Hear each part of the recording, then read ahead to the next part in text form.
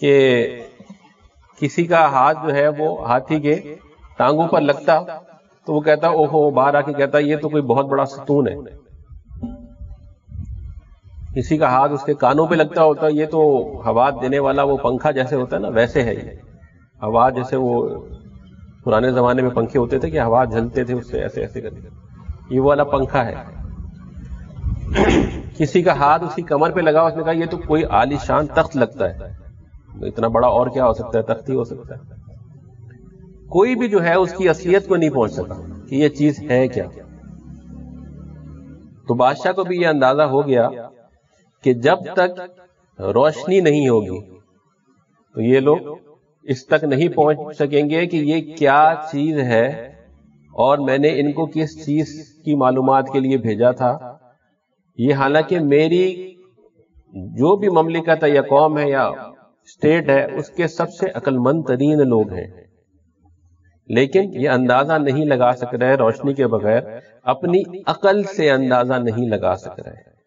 جب علم نہیں ہوتا، علم کا نور نہیں ہوتا، علم کی روشنی نہیں ہوتی، تو انسان اپنی عقل کے گھوڑے دوڑاتا ہے اور وہ پھر ہاتھی کو بھی ستون یا تخت یا پھر پنکھا بنا دیتا ہے.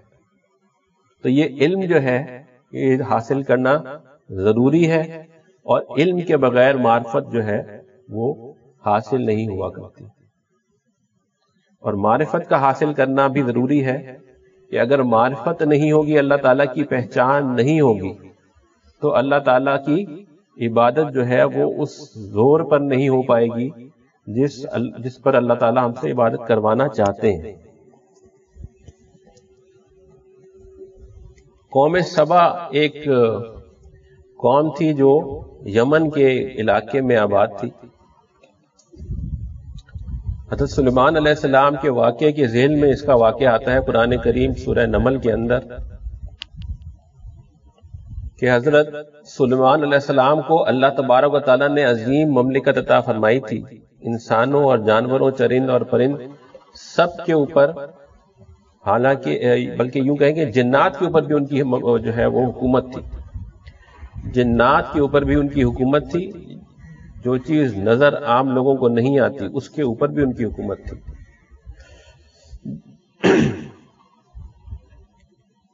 ایک دن وہ جا رہے تھے اپنے لشکر کے ہمراہ، تو اللہ تبارک و تعالیٰ نے انہیں ایک خاص قسم کا پرندہ عطا فرمایا ہوا تھا.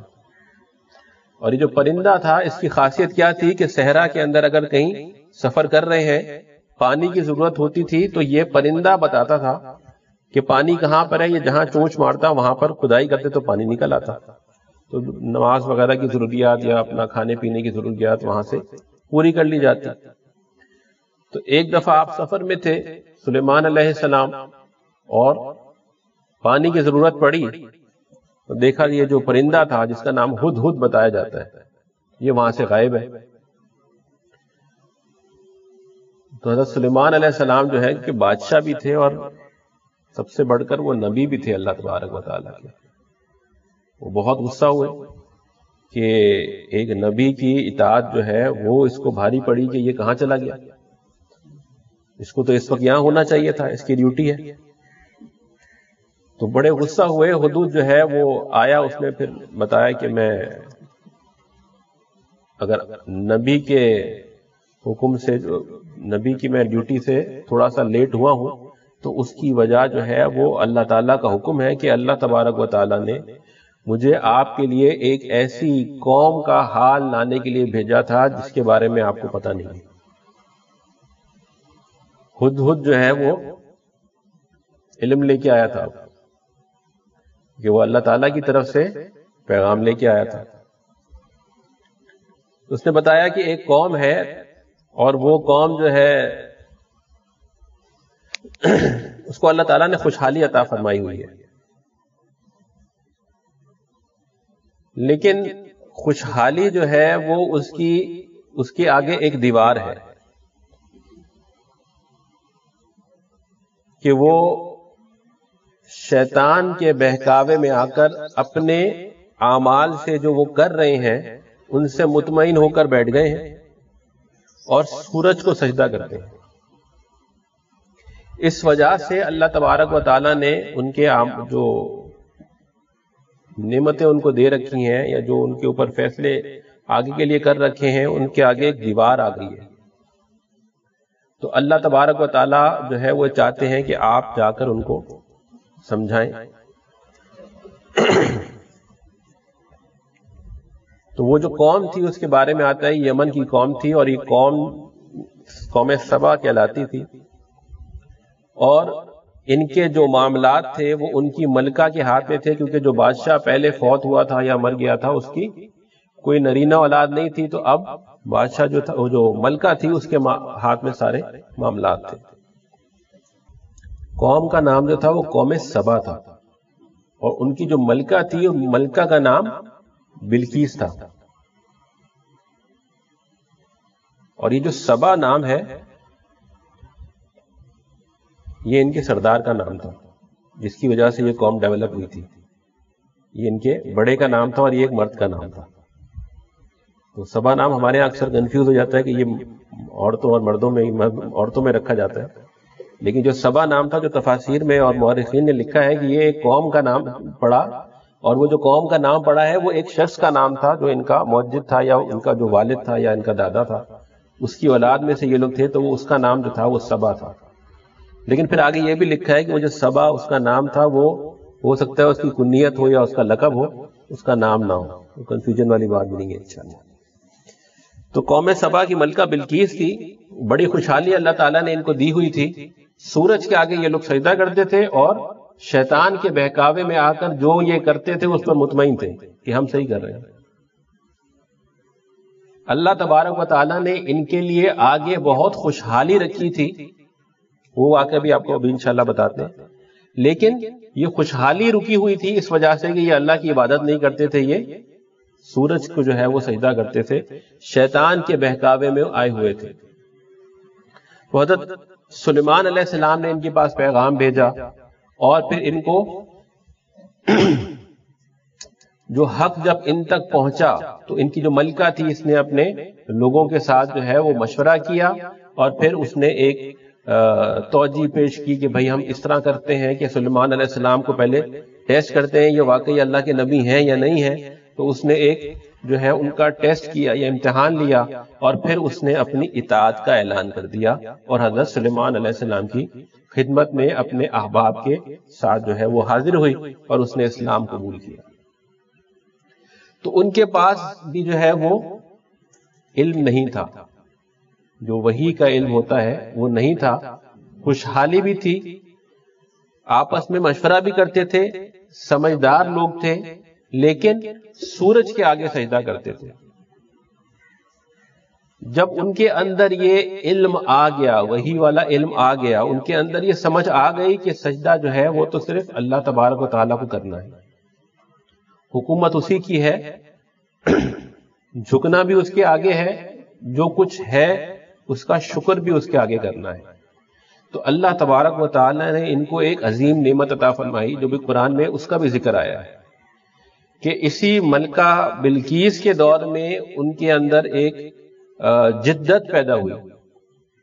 ان کے جو وزراء تھے، جو سوچنے والے لوگ تھے، جو تھنک ٹینک تھے وہاں کے، ان لوگوں نے کہا کہ ہمارا علاقہ تو ایسے جگہ پر ہے جہاں بہت برسات ہوتی ہے، اور جتنا بھی پانی ہے وہ آ کر ضائع ہو جاتا ہے، سارا سمندر میں چلا جاتا ہے یا صحرا میں چلا جاتا ہے. تو کیوں نہ ہم اس پانی کو روکنے کا ایک ذریعہ بنائیں، وہاں پانی کو روکیں، اور پھر اس پانی کو سارا سال استعمال کریں، تاکہ جو سیلاب جب آئے یا جب بارشیں جب آئیں تو وہ جگہ دوبارہ بھر جائے. اس مقصد کے لیے انہوں نے جو ہے دنیا کا پہلا ڈیم بنایا. یہ اللہ تعالیٰ نے ان کو سمجھ عطا فرمائی، جو ایمان کے ہونے کی وجہ سے آئی، جو علم کے ہونے، حقیقی علم کے ہونے کی وجہ سے آئی.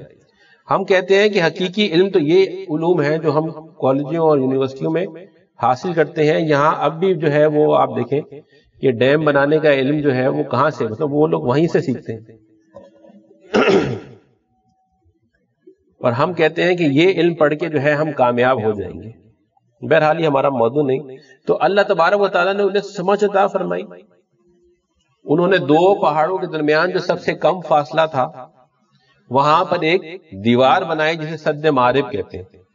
وہ علاقہ آج بھی موجود ہے، گوگل پہ آپ سرچ کریں تو وہاں آج بھی ڈیم کے آثار موجود ہیں، باقاعدہ فوٹو وغیرہ بھی اس کے آ جائیں گے آپ کو. وہ ڈیم بعد میں ٹوٹ گیا تھا ان کی نافرمانی کی وجہ سے، لیکن ایک زمانہ یہ آیا کہ اللہ تبارک و تعالیٰ نے ان کو سمجھ عطا فرمائی. انہوں نے وہ ڈیم بنایا، وہ سد معارب بنائی، پورا سال اس پانی سے فائدہ اٹھاتے، اور یہ کہتے ہیں کہ تقریباً 300 مربع میل کا جو ایریا تھا وہ پورا کا پورا ایک ساتھ یہ کاشت کیا کرتے تھے. ان کے جو باغات تھے پھر وہ ایسے تھے کہ ان باغات کے بیچ میں رستے بنے ہوئے تھے. باغات کو جانے کے لیے رستے نہیں تھے جیسے آج ہمارے یہاں کاشتکاری ہوتی ہے کہ کوئی زمین ادھر ہے کوئی ادھر ہے. ان کے تو پورا شہر بلکہ پورا ملک ہی جو ہے ایک کھیت بن گیا تھا. یہ اللہ تعالیٰ تبارک و تعالیٰ نے انہیں عطا فرمایا. اس سے پہلے بھی ان کے پاس خوشحالی تھی، لیکن جب اللہ تعالیٰ کا دیا ہوا علم ان کے پاس آ گیا، وہ اللہ کی ماننے والے بن گئے تو ان کے پاس سمجھ بھی آ گئی. تو اللہ تعالیٰ کا علم، اللہ تعالیٰ کی معرفت، اس کے لیے علم ضروری ہے. اور علم جو ہے وہ صرف وہی ہے جو انبیاء علیہ السلام کو دیا گیا، اور وہ علم وہی ہے. اسی کی روشنی سے اللہ تبارک و تعالیٰ تک پہنچا جا سکتا ہے. اور یہ بھی یاد رکھیں کہ وہی جو ہے وہ انبیاء علیہ السلام پر آئی، اور جن پر وہی آئی وہ انبیاء علیہ السلام ہی تھے. کسی اور پر وہی نہیں آئی، اور نہ ہی کسی اور کی اتباع جو ہے وہ کسی بھی امت پر وہ جائز ہوئی ہے. تو انبیاء کی اتباع کے ذریعے قوموں نے فلاح پائی، اور یہ جو انبیاء تھے ان کی جو علم تھا اس کی سورس وہی تھی جو اللہ تبارک و تعالیٰ کی طرف سے آئی. اللہ تبارک و تعالیٰ ہمیں یہ باتیں سمجھنے کی بھی توفیق عطا فرمائے اور ان پر عمل کی بھی توفیق عطا فرمائے. وآخر دعوانا الحمدللہ رب العالمین.